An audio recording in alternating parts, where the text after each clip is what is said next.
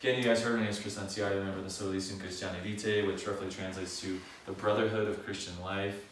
The word brotherhood doesn't quite grab it. The Solicium was a group of the reunion of Roman soldiers after battle.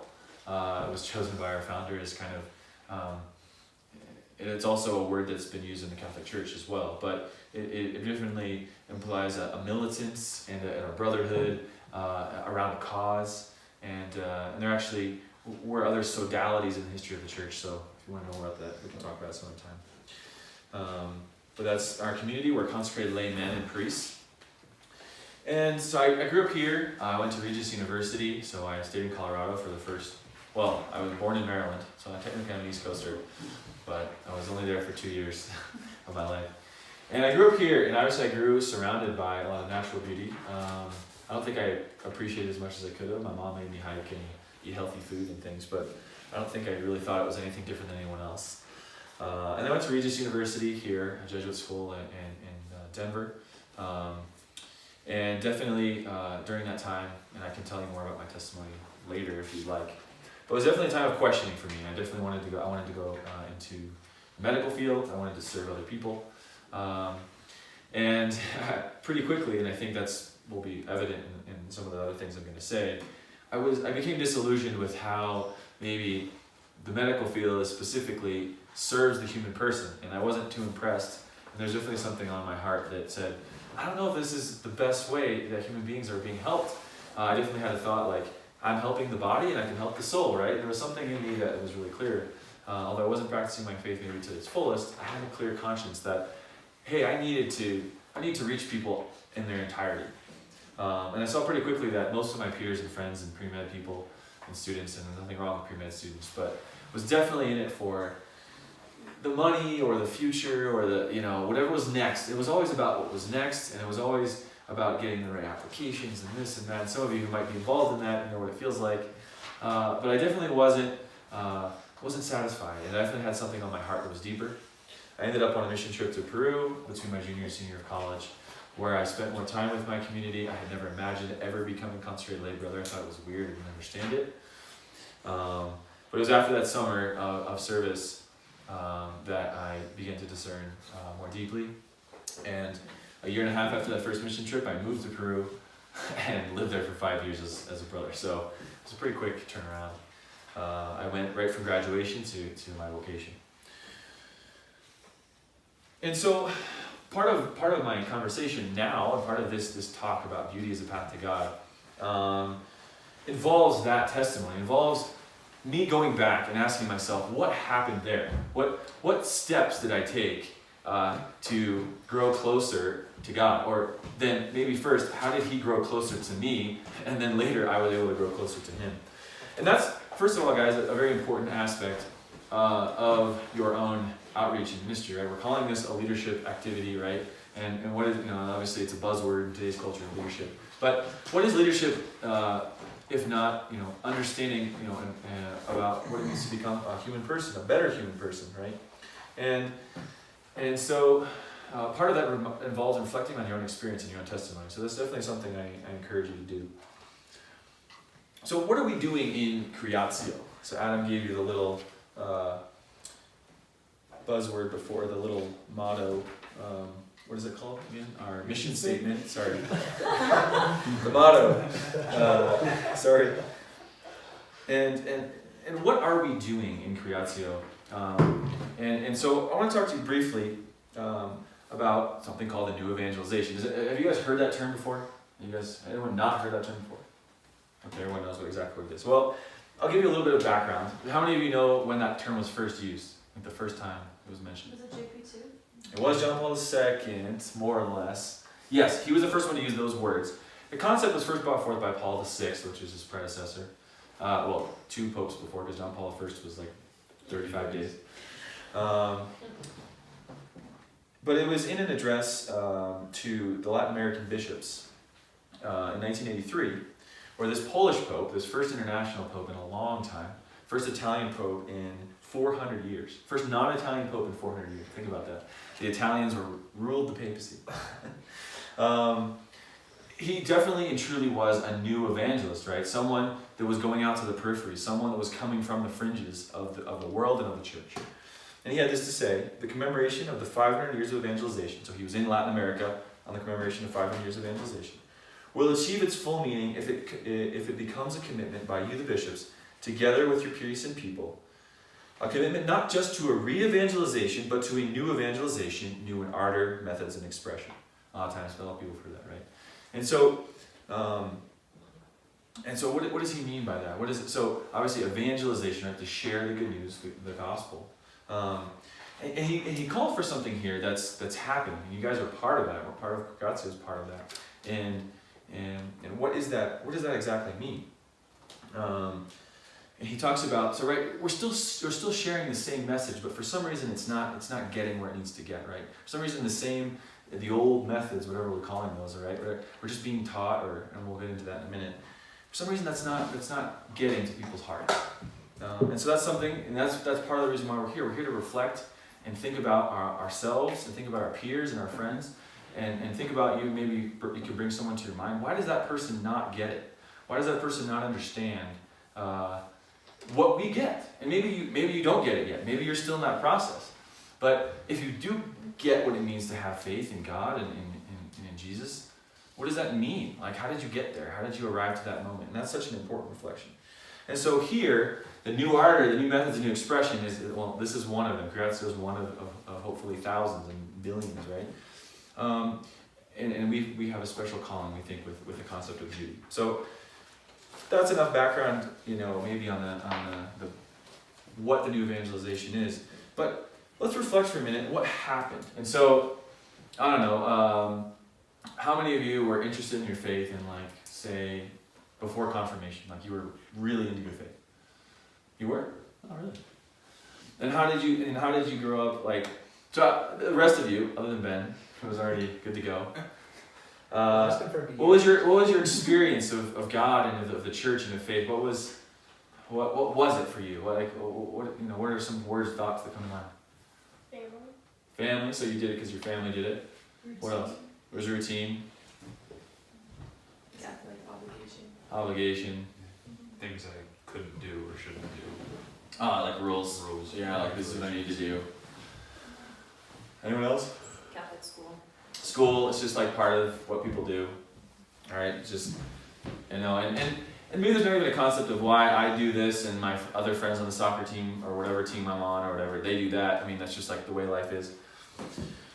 And one of the challenges of our world today, and obviously Bishop Barron talks about this a lot, is that, and this is one of the poles maybe we need to think about in Creatio that we need to avoid. We're gonna find lots of different ways maybe or different poles where we're gonna be like, that's not us, and yet there's something there. So in the 1960s and 70s, there was a strong belief that we don't want to impress the faith on anyone else, right? And as the world grew faster and quicker, and as technology exploded, right? There was this concept that, you know what? We don't want to impress our ideas on anyone. And Bishop Barron calls this, what appeared during that time was the balloons and banners Catholicism, right? Jesus loves you, these are the rules you have to follow, but, God is, in church, but, I don't know, I don't want to talk too much about him. And what happened is faith started to disconnect, and it already had been for several hundred years, disconnect from the culture, right? And so what ends up happening is that there's this huge separation. This is like what I mentioned at the beginning, right? That there's a huge separation between our faith and our life. And that's maybe where we need to focus most of our time today. Why is there such this deep disconnect between our faith and our life? We would go to church because we had to, and then we'd go the rest of our life, right? I practice my faith on Sundays, and the rest of the week I do something else. So why is that? What happened there? So we'll spend just a brief moment. I don't want to throw out a reason why. They could just, if someone knows this, we can go into it this way. But what are you guys' thoughts? Like, why did that start to happen? Why was there this disconnect between those things? Why is there such a separation sometimes for people between their faith and their life? And well, I think for me, like looking historically, I see like one root cause of it in the Protestant Reformation. this idea that your relationship with God, instead of being part of a family, is just individual. And so that becomes like, it's just something private, and it becomes something that isn't anyone else's concern. You don't want to talk to other people about it. And so that even starts to come into to sort of like infect the way that Catholics see ourselves. That's a very important one, right? Is this kind of this, although there's something real about it, and there's something great about the reflection that Martin Luther made there, that, you know what, maybe the institution itself can have problems. He divorced faith from the concept of church, right? From ecclesia, which means to be called out of yourself and to be part of something else. Exactly. That's one of the most significant factors that we're dealing with right now. Yeah? I feel like it easily becomes like things you have to do. Like, you go to church because you have to, and then like you be a good person because you should. Yeah. So you know how to be a good person, but you don't really know why you're being a good person besides the fact that you have to. And what happens, so in exercising the will, right? The will is like doing stuff. So, you know, obviously we're tripartite people, right? We have minds that think, we have hearts that feel, and we have wills that do stuff. And so if our faith is only our will, only like this voluntaristic, like what I do, then what happens? Well, your heart's like, that doesn't feel good. I don't want to do that anymore. I don't want to fall. And so your will's like, okay, yeah, I'll just do whatever feels good, right? So eventually the will runs out of energy because it needs the heart cooperating with it, right? Yeah, voluntarism is a huge problem. That started in the 1200s. But yeah, I think that's a huge issue. What else? Just like the rise of like niceness as like the primary virtue, and like the emphasis on like tolerating being like you said, a good person without defining what that is. So like any emphasis on like discipline, I don't know, goes. Yeah, it's like it doesn't like once you have rules for things and like have a reason that you have opinions about things, then you're not being nice. And if like the goal is for everybody to just get on the line and be nice, then the Catholic and your faith is like an obstacle to that instead of like helping you just get along with everybody else. Exactly, yeah. And Immanuel Kant is kind of to blame for niceness. I mean, as one person, right? He just said, you know what? I think there's some kind of ethics out there. Everyone's got to be nice to each other. I don't know, because you know, he essentially threw out, you know, metaphysics and said, you know, we can't really know God. So the problem with niceness is that it says like, well, we can't really know if there's any absolutes, but we feel like we should be nice to each other. But there's no ground basis, right? There's no foundation. So what's going to happen if, you know, I just decide not to be nice? Well, I can't tell you you're wrong, right? Because there's no, but niceness is a good thing. Well, why? We don't know, right? And so that is again, it's a kind of like only of the heart. So it's as opposed to voluntarism on this part. This is like only what feels good and what feels right. Well, what if you think it feels nice and someone else doesn't? I mean, again, we have this disconnect, and the human person again is not fully engaged. So you guys have hit on two big aspects there, and obviously a lot of this starts, and I think Ben hit on that right. Starts with an intellectual problem, right? We thought incorrectly about God. We reflected incorrectly about God. God is not just calling us to a one-on-one, but he actually has revealed himself in a communal way. If we would have thought a little more about how he revealed himself in scripture and in theology over the time, we might not have made that mistake. But feelings were hurt, in Martin Luther's case, and he made intellectual mistakes, and all of that caused where we are today. So I think that's, you guys have a pretty good understanding of where we are, at least how we got where we are. And so what's the situation? What's the situation that we're faced with in the church today? And why do we do this? So I want to go to that first quote. Actually, the second quote. I think I'm jumping around a little bit, but why does the church do this? Why does it go about reflecting about the culture? Because the culture, like a person, needs to be evangelized, right? And like we need to evangelize people in our lives, we have to evangelize people that are products of our culture. So I just want to go through this second quote. So if you're able to read through some of that document I sent you, no problem if not, through the Way of Beauty. One of the things the church always does is read the signs of the times. And it tries to understand it like it tries to understand another person. So if someone could read that B quote. Who wants to jump in? read it. Okay. In this perspective, the way of beauty seems to be a privileged itinerary to get in touch with many of those who face great difficulties in receiving the church's teachings, particularly regarding morals. Too often in recent years, the truth has been instrumentalized by ideologies and the good horizontalized into a merely social act, as though charity towards neighbor alone sufficed without being rooted in love of God. Relativism, which finds one of its clearest expressions in the Pensiero debole, continues to spread, encouraging a climate of miscomprehension and making real, serious, and reasoned encounters rare. How many people understood that on the first try? Not me. Okay, this is, okay, by the way, no problem. This is one of the problems we face. This is a church document, and this is meant to evangelize you, and draw you and excite you. Actually, it excites me because I have a master's in theology. I've spent time reading this kind of stuff, and it's like, this gets me, this is weak thought, pensiero doble. It's an Italian way of thinking that essentially says, weak thought means I can't impose any way of thinking on you. All my thoughts are weak because I don't want to be impressing on other people. So essentially anything I say, I should just like doubt it. Like, oh no, it's not. I don't want to be impressing anyone.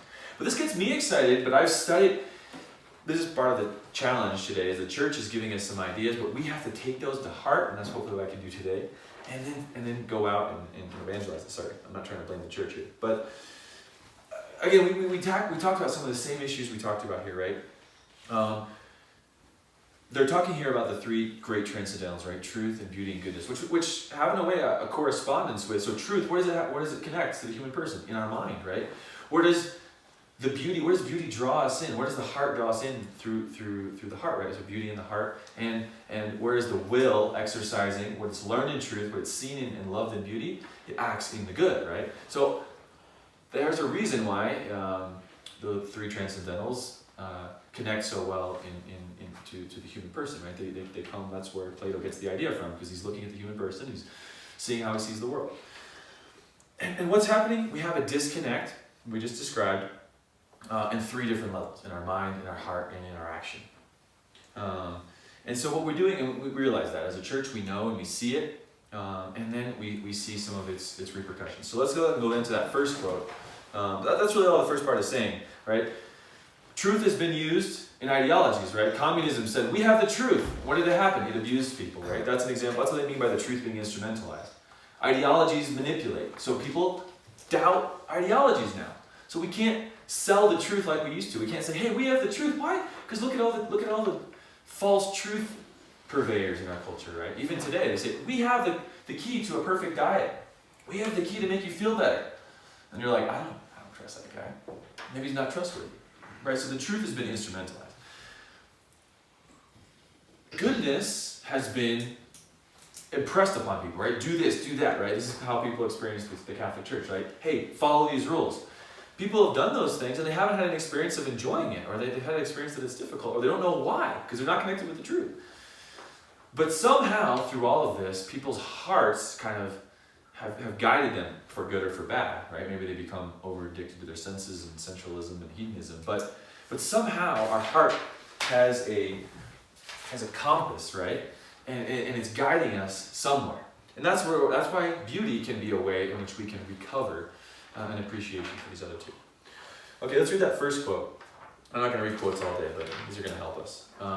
Someone else.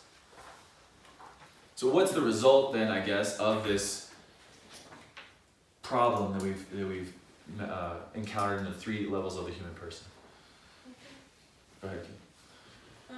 The culture emerging from a materialistic and aesthetic worldview, characteristic of secularized societies, causes disaffection from religion, sometimes opposition to it, particularly Christianity, with a new anti-Catholicism.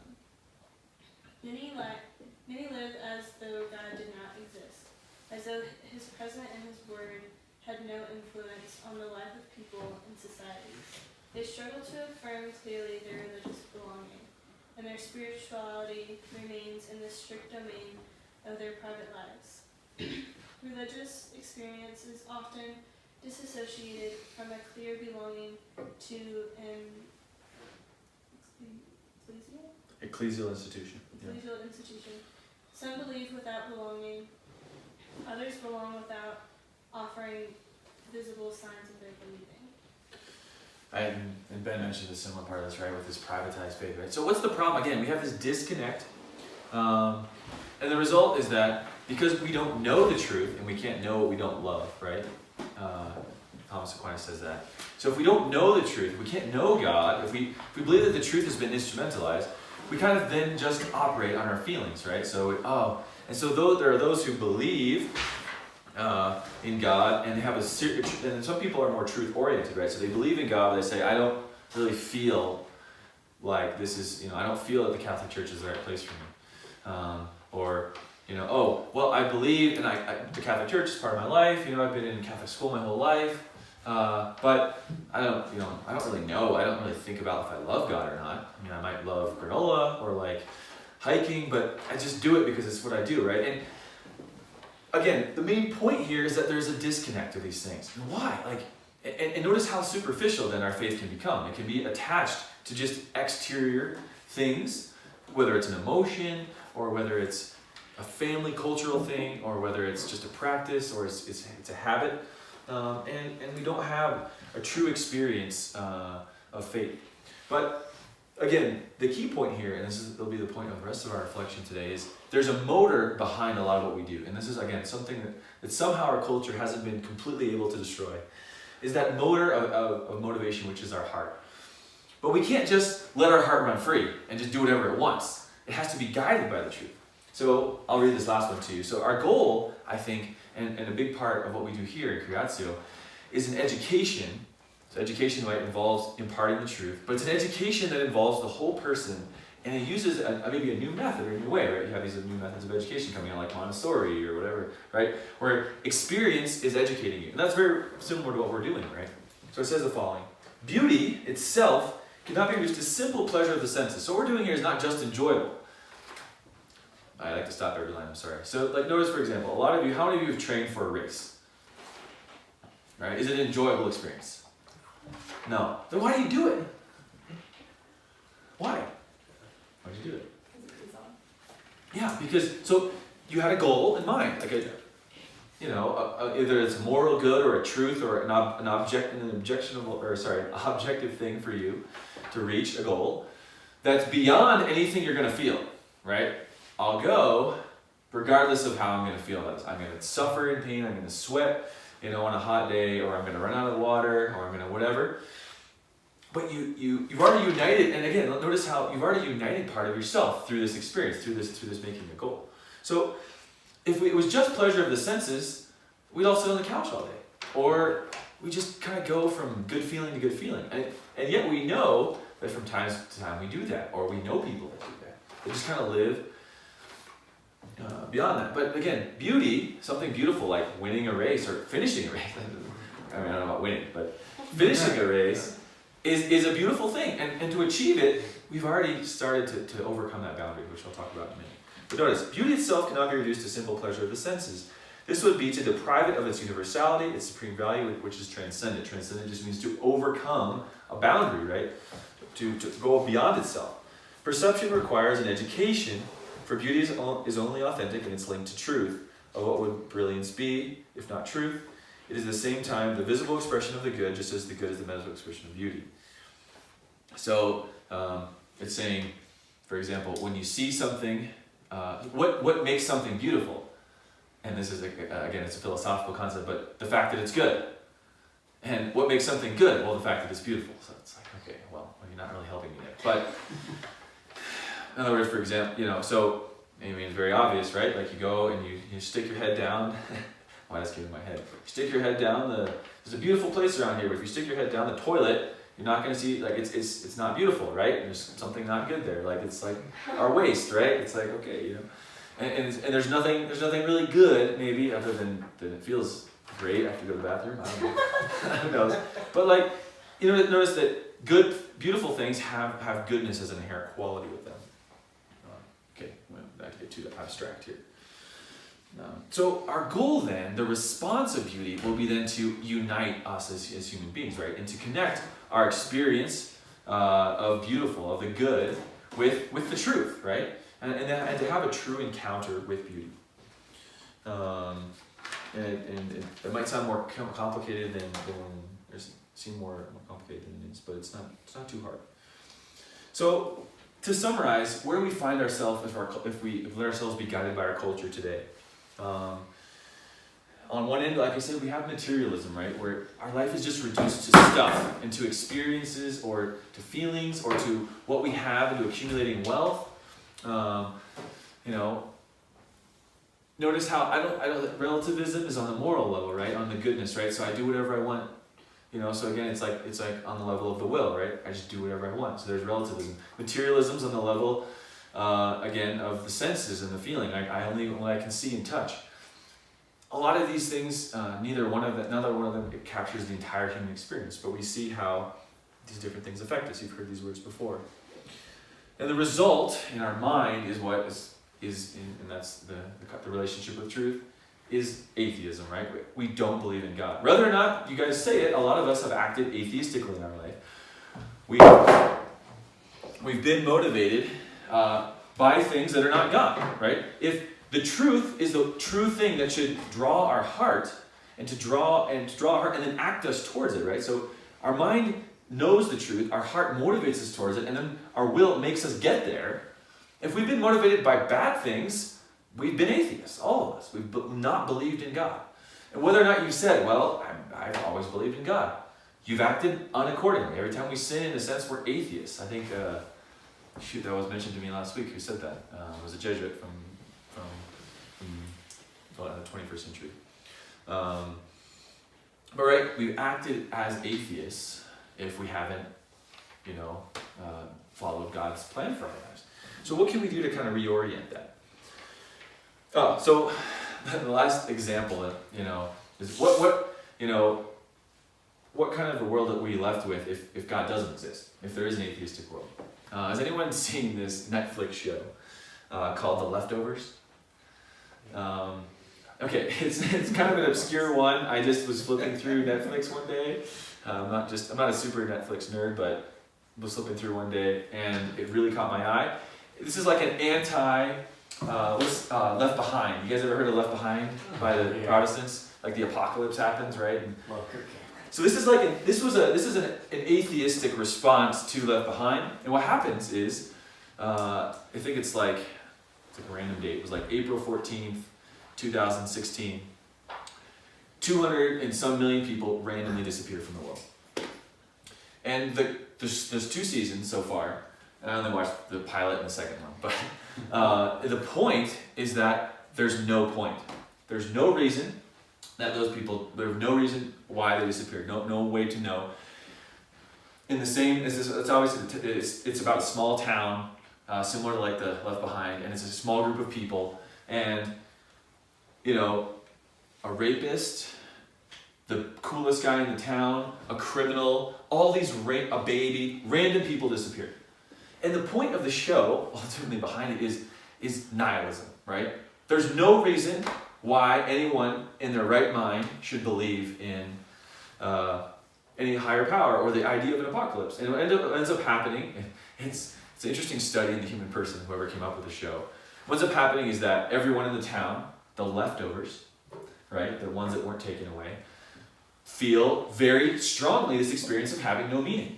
And so they go around doing whatever they're motivated to. So the high school girl goes to these parties and plays games with her friend where they spin their phone, and they probably have something like this that really exists, unfortunately. And it's like you spin it and you have to do to another person whatever on there. So it's like you have to burn them, or you have to have sex with them, or you have to, you have to punch them in the face, or you have to. And there's like it's just spin. It's like spin the wheel. And again, more and more things in this show to represent the fact, our lives have no meaning. We can do whatever we want, and we'll still be unhappy. And it's very nihilistic and pessimistic. And it leaves you with a real experience of emptiness. I don't know if the guy is trying to evangelize the world at all through the show. I doubt it. I'm sure he's kind of angry at religion, because what ends up happening is that those who kind of believe that there's a cause behind all of it form this little weird religion called the judges or something, and they go out into the woods and they live there. and they think that they kind of like, they become these kind of Pharisees where they tell everybody that this is the reason you weren't taken, and they make fun of religion, and ultimately the show, again, has no meaning. So is that the world we're living in? Is that the world that we're a part of? And all of us just say, no, of course our life has meaning. Of course we believe in God. And so I think that show is a strong reminder of where things are going, right? And how important this is that we re-engage the mind, the heart, and our will, and allow it to penetrate everything we do. Is it a comedy? No, it's like super dramatic. It's like super dramatic. Okay, so we're not in the hole completely. There is a way back, right? And this is a way that we're proposing in Curatio. That whole setup to me is really important because this is the world we live in, and all of that affects what we do. Even our outdoors and how beautiful and how great this feels to be here and how awesome this cabin is. Even that is affected by the way the world sees things, and this could just be like a great feeling on this weekend, or this could just be another organization that tries to make people feel good. Hopefully that's not what we're doing. So what we're trying to do, here it is, our mission is to guide all people to encounter the beauty of creation and the Creator through service to the poor, mission trips, outdoor adventure, and environmental stewardship. But why through beauty? Why this way? Right? Let's listen to St. Augustine. This quote you've probably heard before. This is the first words from his autobiography, which is a prayer. Great art thou, O Lord, and greatly to be praised. Great is thy power, and infinite is thy wisdom. And man desires to praise thee, for he is part of thy creation. He bears his mortality about him and carries the evidence of his sin and the proof that thou dost resist the proud. Still he desires to praise thee. This man who is only a small part of thy creation, thou hast prompted him that he should delight to praise thee. For thou hast made us for thyself, and restless is our heart until it comes to rest in thee. Right? Not last part, right? Restless is our heart until it comes to rest in God. That's the quote that the part that everyone quotes. But a lot of times they forget the beginning part, right? That each of us is called to praise something. And I think that's ultimately, right, what unites the human person, right? Is we're all called to a worship. We all end up worshiping something. So why we say we're atheists, right? Oh, I don't believe in God. Or maybe we don't act like, we don't believe that we're atheists, but we act like we worship something else, right? So we ultimately end up becoming,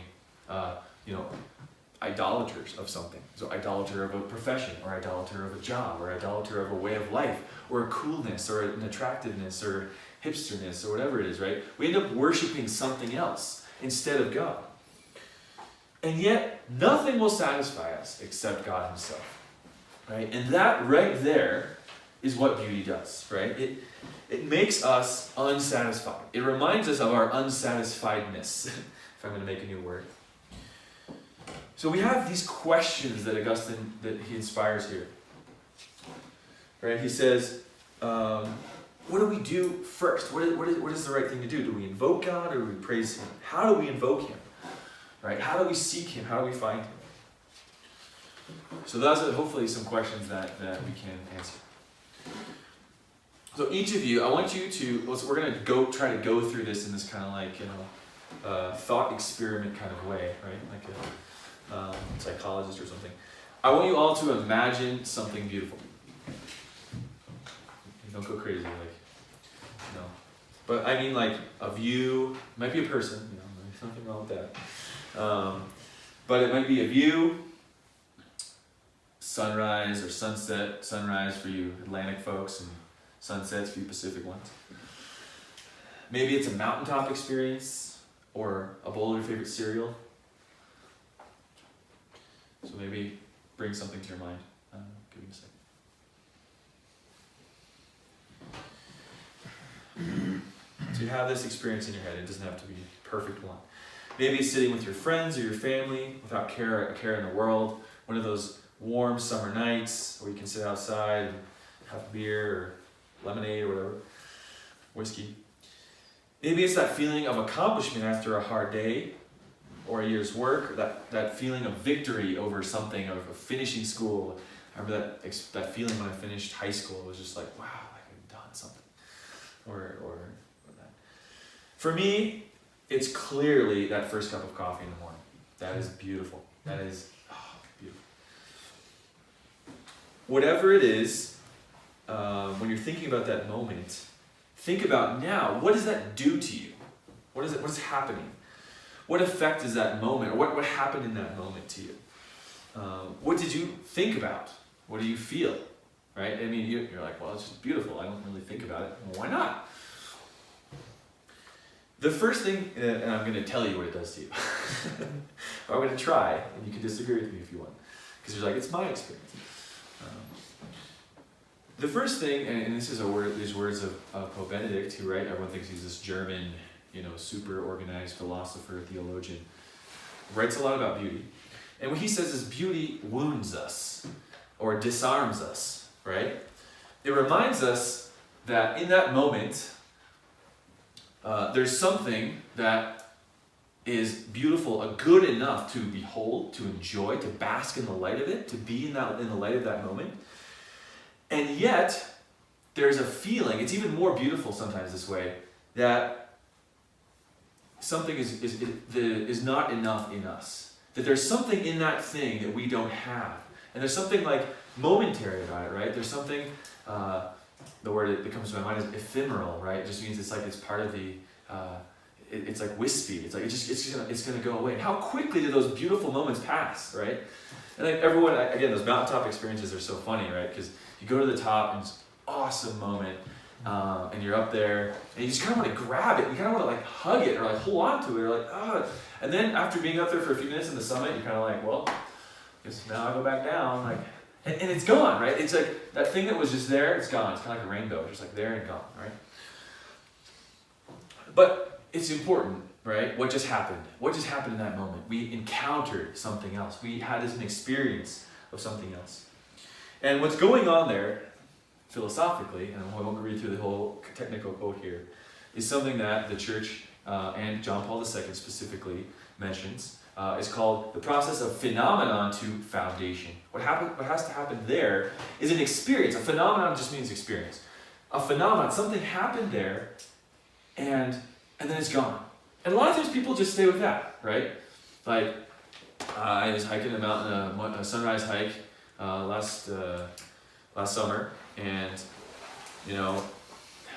there's Grayson Torrey's Peak has probably 400 or 500 people summited on the weekends in Colorado, near Denver, Colorado. 214 is close to Denver. Everyone climbs. There's literally a mile of cars lined up. So I'm like, I'm not gonna wait that mile. I'm gonna be super cool and hike it like about 9 p.m.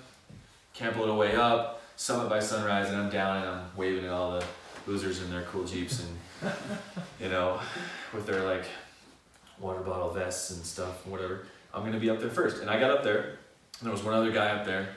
And it was like, I don't know, something typical, right? He's kind of a young adult from our generation, kind of wearing the normal clothes and probably smoking something to make the experience last a little longer. And, we were just up there and he's like, man, like, wow. And it was funny because, and then we ended up getting this conversation where he's like, oh yeah, I work at Whole Foods and, whatever. I never saw that guy again, but for some, I don't know, it's just that moment, that guy who I had no idea who he was, and I think his name was Jared. Anyway, we shared something, because at the same time, we arrived there at the same moment, and the sun was coming out, and we encountered something, right? And then pretty quickly, we fell back into our defense mechanisms, into our labels, and who we were, and he works at Whole Foods, and whatever, and oh, it's cool, hey, it's cool you're up here this early in the morning. But for a second, we were like, wow, and there was something that was just like beyond all of the boundaries and the defense mechanisms and the walls and the labels we give ourselves, because we were disarmed, right? We were without any weapons, without any mechanisms, right? Because beauty was an encounter for us. Phenomenon to what? Phenomenon. Okay, so that's a phenomenon. Sorry, that's the phenomenon. The next step. So a lot of people stay in the phenomenon, right? And what happens after that? They're just like, oh yeah, woo, and then they get off and they go back and they just do it again. The phenomenon is just the experience, the encounter. We have then to take a step. Creatio, we must, right? We're a Catholic organization. We must do this, right? All Christians, those who believe in God, must do this. We have to move from the phenomenon to the foundation. Why? Why is this encounter happening? So we have to turn these experiences of the good, of the beautiful, of the true, of this encounter with something, and we have to think about them. And so the first thing I'm proposing, this disarming beauty for this, and again, this is where it ties really into the practical, is we have to put people into those situations. We have to put people, our friends, our neighbors, those who are difficult to reach, those people who don't believe in God, people who are anti-Catholic, or again, think of all of the intellectual barriers people have. Think of all of the, barriers in the will, right? I don't want to do that. I don't want to do that. Don't tell me what to do. All these people have these barriers, right? This guy, if I were to talk to him about, the Catholic teaching on sexuality, he probably wouldn't have been too excited, right? But we talked about beauty for a few minutes, right? And there was complete understanding between us, right? There was no difficulties, right? And so, but how do we do that next step? We'll get to it in a second. But the first step, right, is putting people into a situation, a phenomenon, and then asking why. Why is that beautiful? How interesting. What makes that special? What makes that beautiful? That's hopefully what these little cards do. Where do the little cards go? Oh yeah. Right? It's just meant to, provoke things. Oh, what do you see when you see this beautiful waterfall? What do you feel? What does this make you think of? Right? Just go a little bit deeper. The church in that same document gives a couple of proposed types of outreach, how these phenomenon can lead us to something deeper. These experiences can lead us towards something more. At this point, we're not trying to teach them about, Catholic social teaching, or, why the Pope wears white, or why cardinals wear red. We're not getting to that yet, okay? That's 2 years down the line, maybe 10 years down the line for this person. Right now, we're just trying to create an experience and ask them about it, because we don't unite our experiences with the truth anymore, right? So we're trying to do that a little bit. And this might seem obvious, but it's important for you as the outreach person to do that, to make that connection for people. It's also a two-way street, right? Because we encounter people from, Vatican II talks a lot about this in Dogmatic Constitution of the Church in the Modern World, saying that there is truth in other faiths, right? There are rays of truth and experiences and encounters that can heighten our understanding of what God is, who Christ is. So making sure we're humble enough to, take off our sandals before we approach another culture, right? To learn from that experience and say, all right, you may not have the same faith that I have, but you have an experience of truth by virtue of being created by God, that I can learn something from you, and that can embolden, or that can enflesh my knowledge of revelation a bit more. Completely. Catholics can be the most inclusive, most multicultural people in the world because we believe in the truth. Actually, multiculturalism and diversity and inclusivity doesn't work in a subjective world. It doesn't work. I'm sorry if sorry if they think it does. But it can't, because there's no standard of human being. So there's always going to be somebody who disagrees, and they're going to be like, I don't agree with you. But the Catholic, the saint, you see the saints do this all the time, they can find the way into that person's life. Whether, as I found this morning, you're Simon the Fool from, where was he from? He was from Egypt or something. Me and Kevin were into strange saints. Simon the Fool would carry around a dead dog through town, and it's a long story, but somehow he got to people, got through their skin, and they go, why does this guy carry a dead dog around? What are you doing? And then somehow he started talking about God to them, but we have to break down these barriers that we create, right? Sorry, that wasn't the best image, but it really shocked me today. It's like, the saints are keen on this. They love everyone because they love God. They love everyone because they love the truth. Because they know that there are the seeds of the truth in every person. And everybody worships something, and we all desire happiness, right? So they don't have any problem, walking in other cultures, That's why evangelization was always part of the church. That's why the Jesuits could walk down to South America and love the culture of a lot of the Native Americans and even evangelize it a bit, but preserve it.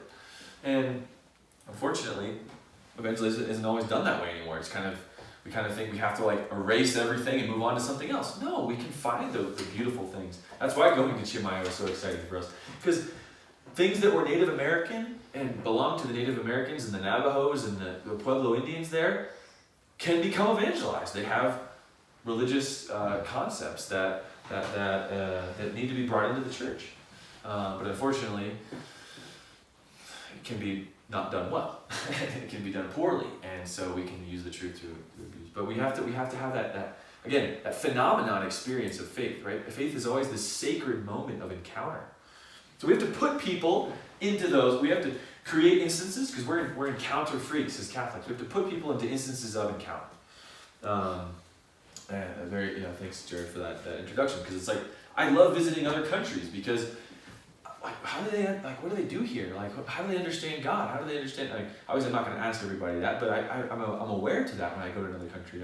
I try to see what they do, and wow, like they cook things this way or they cook things that way. Wow, why do they do that? Or and people, especially Americans, really think about that stuff today. It's funny too, because we adopt a lot of practices.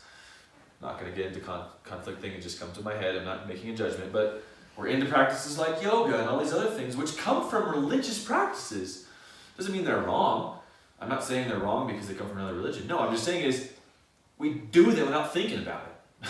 Like, why? We should ask why. Why? Oh wow, cool. Like, why does Buddhism do this? Okay, interesting. Again, putting people into situations of encounter, and we ourselves are always in a situation of encounter.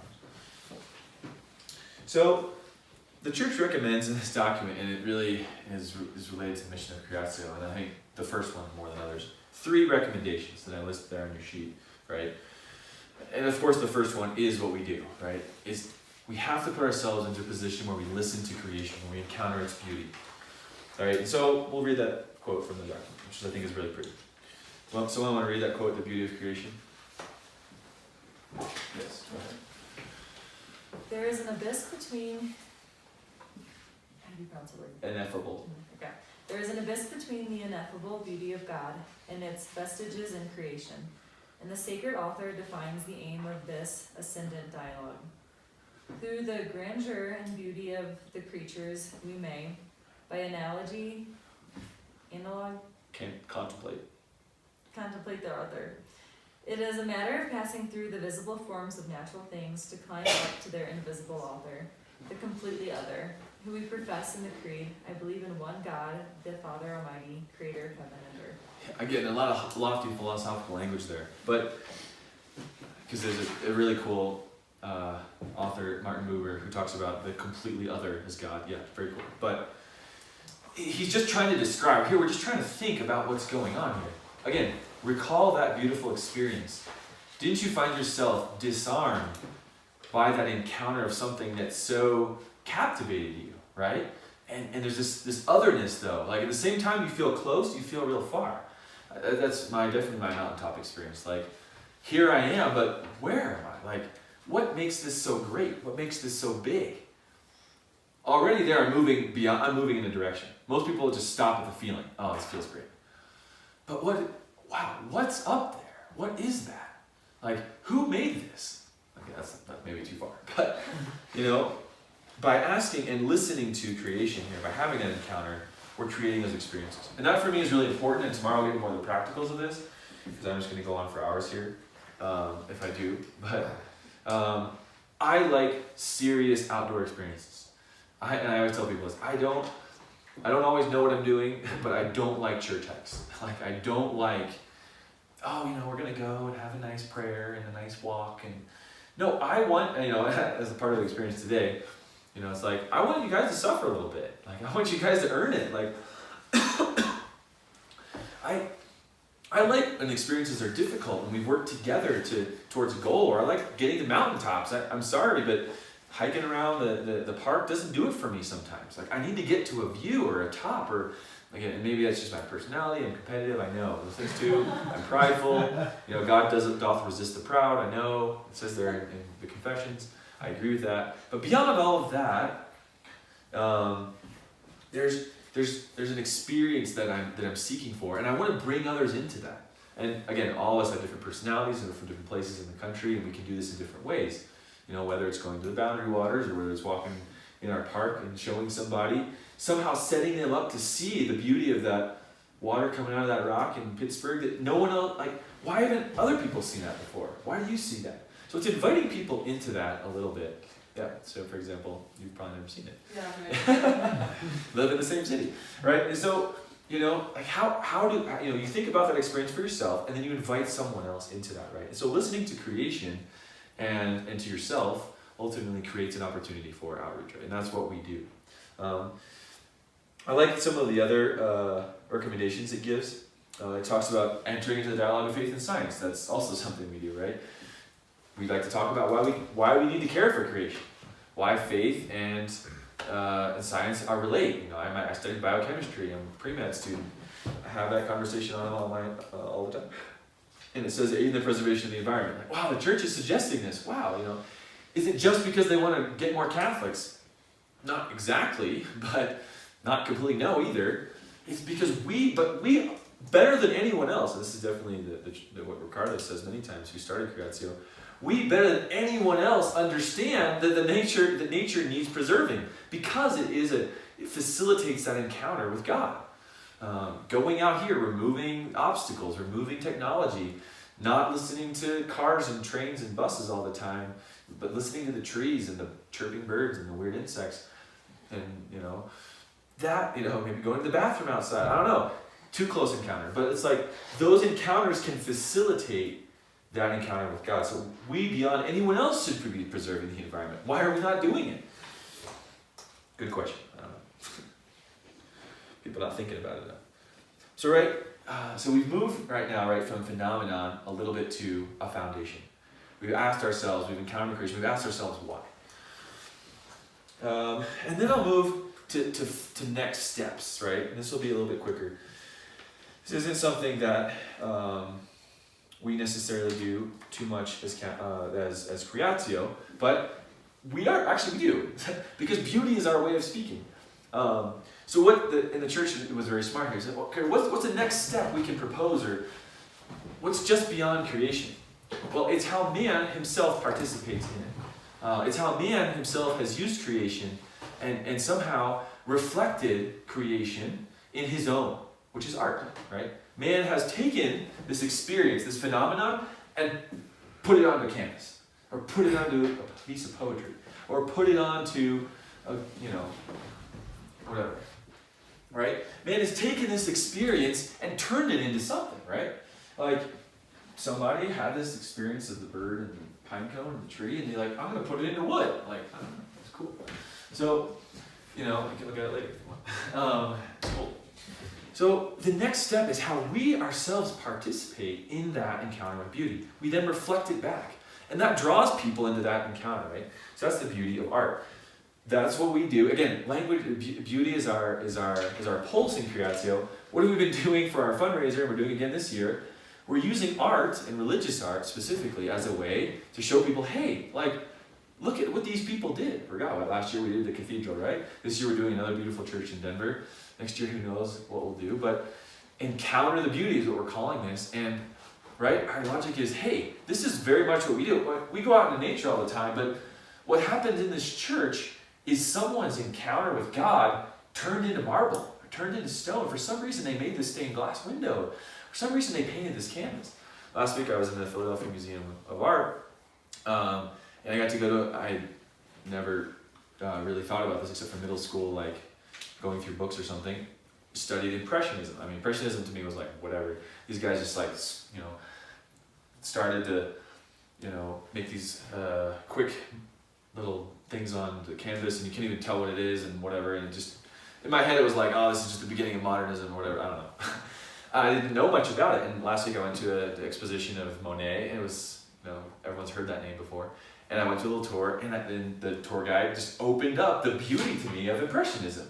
And he did evangelization with a little e for Impressionism. And I saw what was going on there. And I saw why Monet had to capture one specific moment of light, just like Juancho trying to get the perfect photo, right? This one moment, and that's why the paintings are all a little bit different, a little bit weird of the same thing, because he's only painting for 4 or 5 minutes, and then the sun changed, so he put the canvas away and started a new painting. And then the next day at the same time, he'd come back to that canvas and keep going. And I was like, wow, that's really beautiful, right? So notice how art is a way in which we can take that phenomenon and turn it into something solid, right? Lead us towards the truth of something. And that especially happens, right, in religious art, right? Where we see how these people have a true encounter with God. You look at the Pietà and you're like, somehow Michelangelo believed in God. Like, whoever built this cathedral, regardless of it was corruption and money in the Catholic Church, whatever, sure, that might have been a part of it. But somebody in that built that church loves God. Believe me. And the Holy Spirit with Bernini back there and the people reaching towards the dove. And man, there's just every little aspect. A lot of those people that worked on that probably believed in God, right? And again, this experience, this encounter with something beautiful was turned into something more. So, right, how much more do we need to support the beauty of art? So that could be a second stage, right? Maybe I take somebody who's been on the mountaintop and I take them to an experience, to a museum, and we talk about religious art, or we talk about Impressionism, and and we move forward, right? And where is this all going? So I'll finish up here. Keep it under an hour, right? Where is this all headed? Right? And it's the beauty of God himself. And we would say specifically the beauty of Christ. This is a hard one, because now there's a little bit bigger pill, or a little bit bigger cross to swallow here. This one's a little more conflictual. This one, before, where we felt really good encountering nature, or we felt pretty good encountering art, now we've kind of reached another dimension. And this one is something I'm going to talk about tomorrow as well. This one, kind of, the phenomenon that happens here affects us in a different way, or it takes us to new heights, right, or to new places, and it ultimately encounters a more complete human person. Whereas before, right, we've had, in a sense, we can think of it this way, right? In nature, God is reaching his hand out to us. It's there, it's just there for the taking, right? The beauty of creation is just there to grasp, and everyone agrees with it, and God is in a way reaching his hand out to meet us where we're at. Similar with art, right?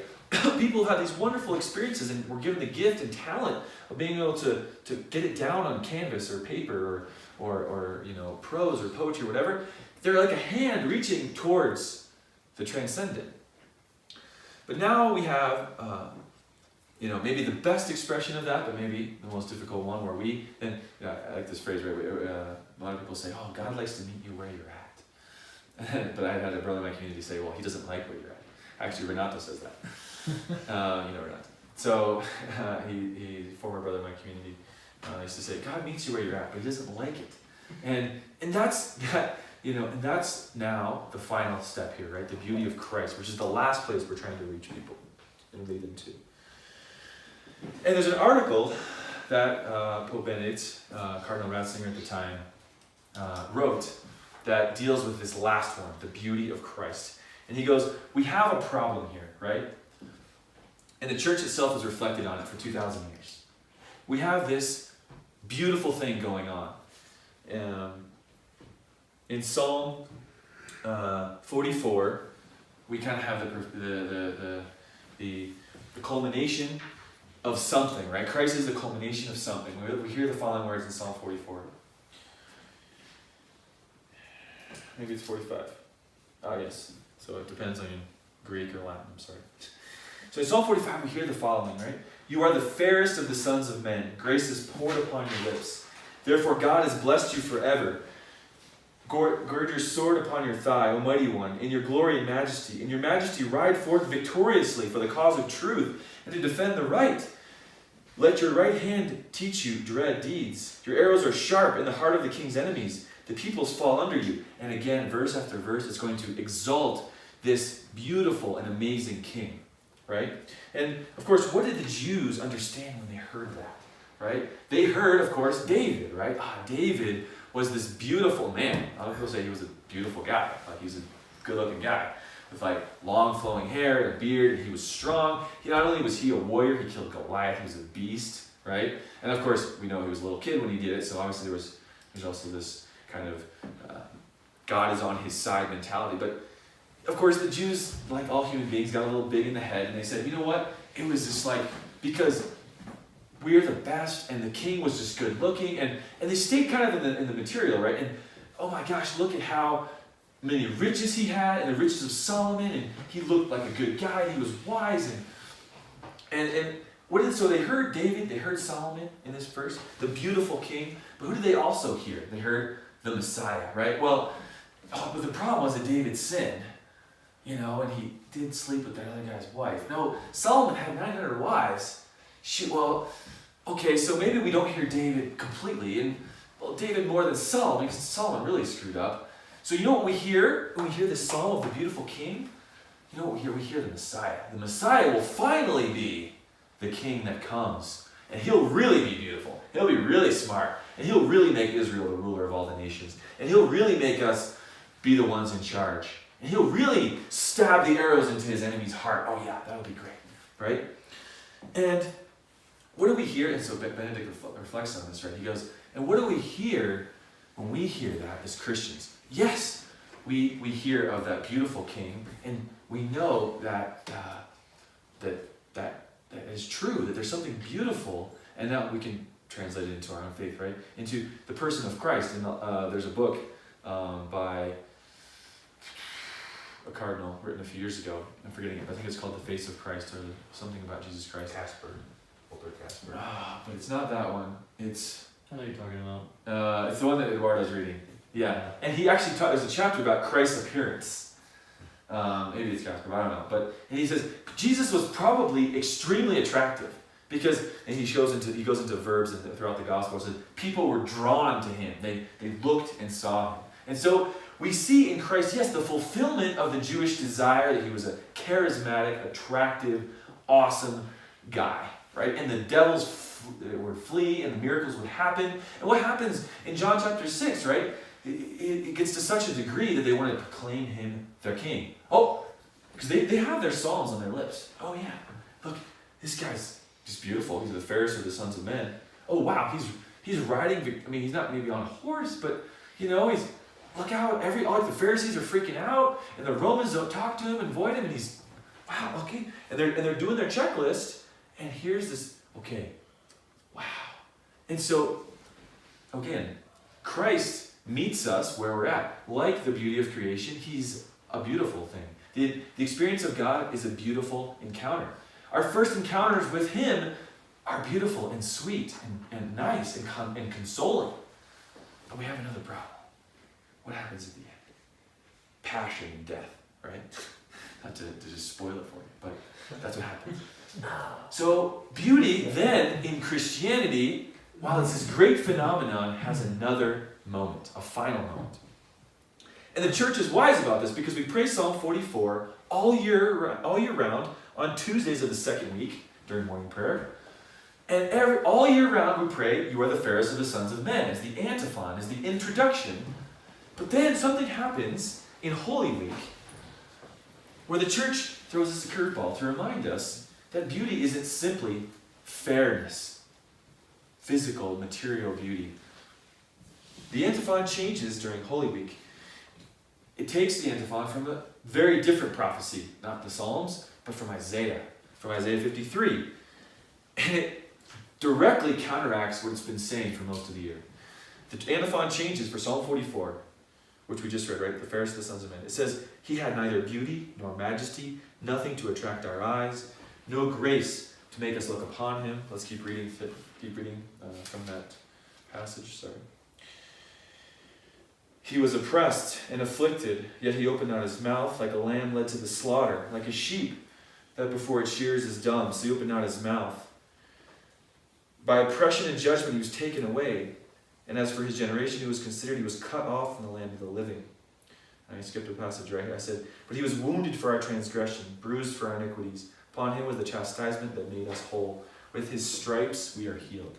Right? So something weird has happened to beauty now. Something strange. Beauty, the most beautiful thing that could possibly happen, God becoming man, has been destroyed, has been beaten, has been scourged, has been killed, right? Strange for the theology of beauty, which was so great and we were doing so well, we were going to mountaintops and we were having a good time, now we've killed it. and destroyed it. The most beautiful possible thing that could happen. The greatest work of art ever conceived. God became man incarnated in a virgin's womb, now has been killed, right? What do we do? What do we do? And it reminds us, right, of this next step, right? The final step, maybe, of where beauty needs to lead us, right? It's through our sin to mercy and to receive God's love, right? To receive God's love, but it has to come through our own faults. It has to come through our own weaknesses. Again, this is the part, this is the connection we've made. This is the part you hear in the homilies, right? This is the stuff you hear and you listen to Bishop Barron's homilies and you read your, your little journals and you read your diaries and you go to your retreats. You hear about this part, right? I gotta confess my sins, okay. I gotta get better, I gotta grow. Because if you don't, you won't really encounter true beauty. And true beauty is union with God Himself. And that's the only way we're going to be satisfied. Again, my goal in this talk was to say, okay, all the way from this phenomenon that we've had, we can lead people. We can try to bring them to the truth. It's going to be a long road. It's going to be a hard road. But it's going to have to pass eventually through suffering, right? And through difficulty. And we're not alone in that. Christ Himself completely necessarily suffered first. So this last step of beauty, the beauty of Christ, which has both the positive aspect we've been discussing and the negative aspect of His own suffering and death, is now brought together. We've now unified the whole human experience, both the experience of good and of evil, right? Because in Christ, they have their unity. And so how do we do that? Again, through creatio, through beauty. How do we do that? Hopefully we can do a little bit of that. I mean, maybe it's through helping people realize that suffering, like hiking up to a hut, is a good thing, but hopefully more than that. It's not the only suffering of their life. And the church recommends a few different ways in which I think we do use, which is the first and foremost is through human beings who've made it, right? The lives of the saints. We have to go back to use the lives of the saints, and hopefully a lot of you do this. You discover and seek out saints who you relate with. A lot of young Catholics are going back to wearing medals and have different devotions. I think a great example of how this unites the Creation's mission is pilgrimage, right? And the Camino is an excellent example. People go on the Camino because they're suffering and they're looking for something, right? But they have no meaning to their suffering. They don't know why they're there. They think they're a victim of circumstance or a victim of the problems in their life. And they go seeking something. And it's a pilgrimage, for God's sake, literally, right? They're going towards a destination, towards God Himself. And so we have to help people realize that, right? We have to help them give meaning to their suffering. And so the saints and pilgrimage for me are two excellent ways where we can help people take that last step to turn beauty into something foundational, right? From phenomenon, this experience, to a foundation. Of course, there's three other recommendations here, which you might hear a lot among a lot of church. The beautification of the liturgy is so important, right? We can't just the beautification of churches themselves and of sacred art are all ways in which we, see something and it starts to make meaning to our experience, right? So why is the cross so present in the Christian life? Why is a crucifix now something beautiful? Because it's ugly, literally. It's a guy dying on a piece of wood. What's happened there? Now we have an experience that God has met us in our suffering and given meaning to it. Okay. Done. Okay, so that's my introduction to what we do. It's been, for me, a really good experience to try to put this on paper, so I'm sorry that it took so long to get through that, a whole hour. But this, for me, was me trying to describe what it looks like and what we do here, and what is the goal and the need of our evangelization to bring the whole human person together, right? To be motivated towards seeking the truth. But we have to understand it. We have to think about the truth, right? And then we have to be able to suffer for it once we find it, right? So, I guess at this point, I wanted to just open it up to any comments or questions for a few minutes, and then say that's where we'll go. So, I'm curious. Thanks for your talk. It's really always really cool to see how excited you get about this stuff. It's inspiring. It's awesome. Yeah, you've been to a few of my little rampages. Yeah, or it's great. tirades. Yeah, mic drop at the end, it's nice.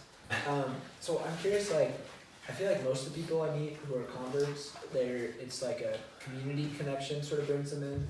I Sure. don't think I've met very many people who, at least I personally can't think of someone who followed this precise sort of like path that you've laid out, from Sure. like seeing the beauty of creation to, you know, the step to Sure. Christ.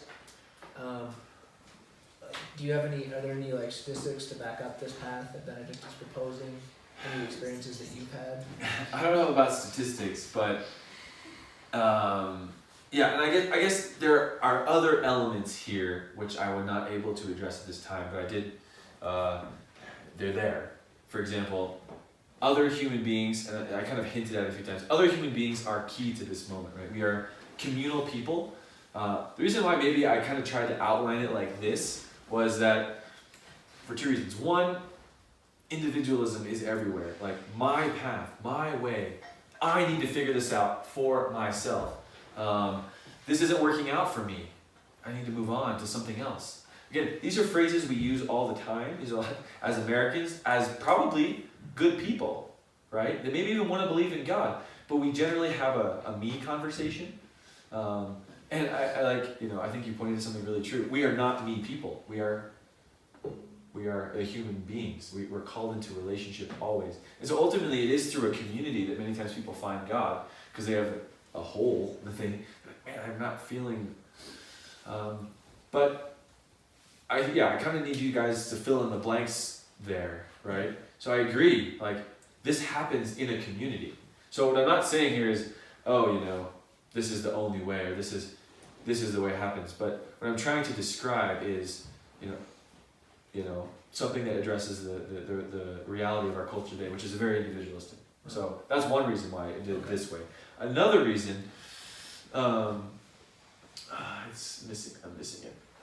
Yeah, if I could real quick, I think Yeah. what you're saying is right. Like, relationship is key most of the time to bringing people like into a relationship with Christ. But this is just, I think, one method of forming those relationships. Yeah. Like Sure. Ricardo, who's founded Creatio, he was an environmental policies major at Boulder, and he would use beauty as a way to like form a relationship with those people who are atheists or agnostic in his programs, and would bring them on encounters with beauty and hiking and mission trips to Peru and things like that. Like, one woman who was an atheist before, and she went down to Peru on several trips with them. Eventually, like, she started forming that relationship and came to Christ and like became a nun. She's a nun now. Yeah. Remember Yeah, that and that, story? Yeah, that does remind me of the second thing I was thinking of. It was, okay, community is important, but the other part about this that was really key about making this step by step is you have to do it. No community can do this for you. No community can make you believe in God. So while individualism is a problem and like doing it by yourself is not good in a sense, because it's not the way things work, things happen in community. At the same time, you ultimately have to make an option for God. So you could be part of the greatest community ever and not believe, and not make it, right? So ultimately it has to be yours. And so what I'm hopefully outlining here is a moment, in a sense I'm outlining some of my own story, but you guys need to do this for yourself. You need to outline, how did I get from A to B to C to D? This is kind of what happened, and maybe from an abstract point of view. You encountered something, you had an experience of something, it drew you towards something, and eventually you made actions, you used your will, you sought those good things out through your actions. Why did you do that? Okay, well, and that's ultimately what you have to be sharing, Interesting. So It's gonna make me think of, like, I've seen like the beauties in the community the same way that it's in nature, and that connects me to like St. Francis saying that, like, talking about like brother sun and brother wolf and all those Right. things. It's like we're in a community with other humans and also Exactly. with the natural world, and all of that beauty can play a role in bringing people together. And that's what people don't understand. They say, oh, brother's son, he is a super environmentalist. Yeah, because he loves God. And because he loves God, the sun is his brother, and the ant is his brother, and the snake is his brother. Notice, like, he doesn't put it into hierarchy or ideology. He just says, oh, God, therefore everything else. I think we're talking talking about here too is like identity and stuff. Like if we, like the distinction between like us, like our like receiving, I don't know, like if we encounter God through creation and we receive our identity from God, like that's the difference between us receiving it through God and receiving it through the community, because a lot of times in an awesome community we can receive our identity through the community as like the best friend or like this person or that person, and we're not receiving our identity like as son or daughter, and so then we kind of get all mixed up and we don't have a good community, and it's like, well, who am I now, because I'm identifying myself by like these other people. And so I'm wondering like, maybe I'll do this later, but maybe in our experience of like encountering beauty, is there something there that we're like when we encounter beauty, it draws us to ask, well, who am I? Like, what's this? And like, and once we get our identity down and we understand like who we are, then I don't know, I think the identity is like very foundational. And if we're talking about like an encounter with something that leads us to like understanding of who God is, we have to be talking about identity somehow. And like a little bit going off that, I've read and this is like Christopher West, so the Theology of the Body type of thing. He talks about in this article, like I think it's called like Struggling on the Way of Beauty, so it's going on Benedict. And he said like beauty pierces us and wounds us because it has like a message for us in the silence of our hearts. When we listen to beauty, it tells us like among the efficiency of the world, like you're useless. Who you are is not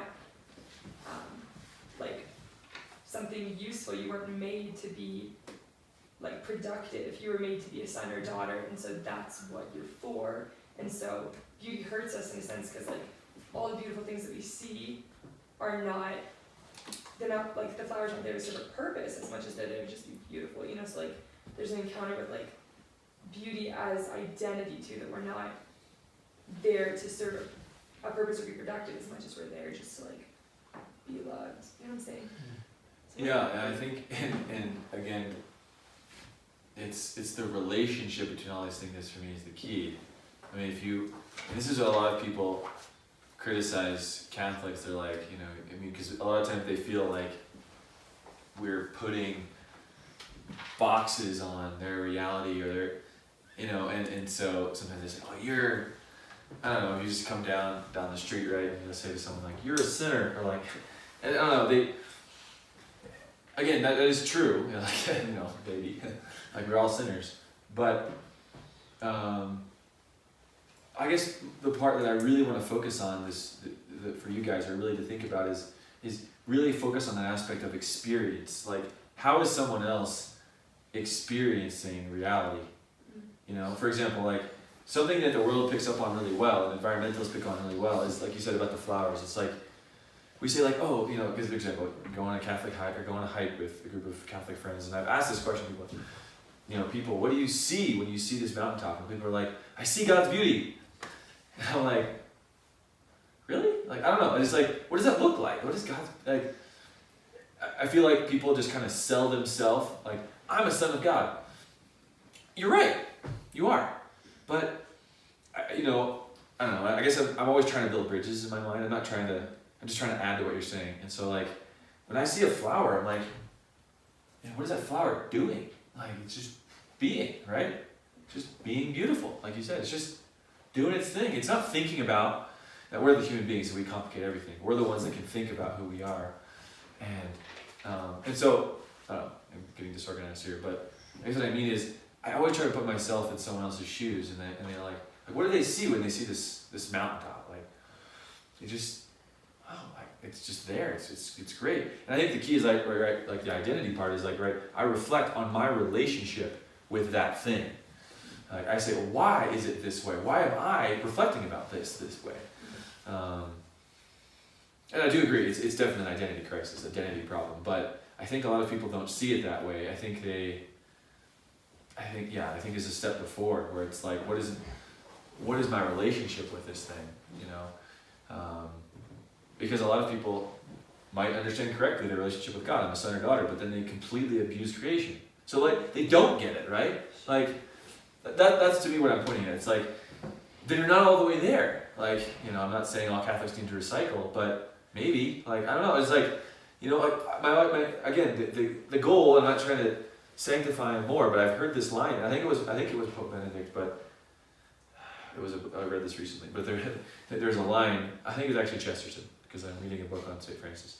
And he goes, "Who got closer to Jesus Christ than Francis, right? Only Jesus Christ, right? He is the most, and Mary, yes, Mary and Jesus, Mary's the best. Yes, Jesus is the Son of God. There's no, but who got this concept better than anyone else?" He's like, I think Francis, like, because he got, and not to say the saints didn't, they're in heaven, right? But he was able to translate it in a special way for us, because he said, you know what, I get the environment, and I get human beings, and I get the church, and all of these things are related. And he ultimately died in a kind of tough spot where his community itself was divided, poor Francis, but because he kept seeing the relationship between all these things. And even his brothers didn't see that relationship. And even, again, who knows if Pope Francis sees all the relationships correctly, but he's something there, you know. So that's, I guess, what I'm pointing at is, I think we can so easily impose, like, and sometimes evangelization happens that way because we're working through that stuff ourselves. But like I go on a hike, I might not talk about the Bible. I don't know, just like I'm there, right? Because I don't need to say like this is God's creation. It is, of course. Like I don't. I'm going to read a quote tomorrow about this from Thomas Merton, where it says like the saint feels completely comfortable in every environment. Everyone thinks that the saints are like these holier than thou. They stand outside of culture and they shut themselves in rooms and prayed all day. That's exactly what saints didn't do. They were out hiking and enjoying themselves, and they were relaxed because they realized all of this is an expression of God's love. They weren't uncomfortable in the world. They were actually the most comfortable people in the world. They enjoyed creation more than the hedonists who said that I can do whatever I want to creation and ended up becoming unhappy, right? So I guess that's what I'm pointing at here, right? Is that if we truly understand who God is, we're completely comfortable in all of this. We're completely comfortable sitting with the environmentalists, and we're completely comfortable sitting with the communists, and we're completely because we understand that the communists realize there's problems in capitalism. We can sit down with the capitalists because we realize there's problems in communism. We can sit down with the environmentalists because we can sit down with the whatever, because we see the beauty in all of those people. That's kind of what Jared was saying before, right? We're okay. Yeah, that's great.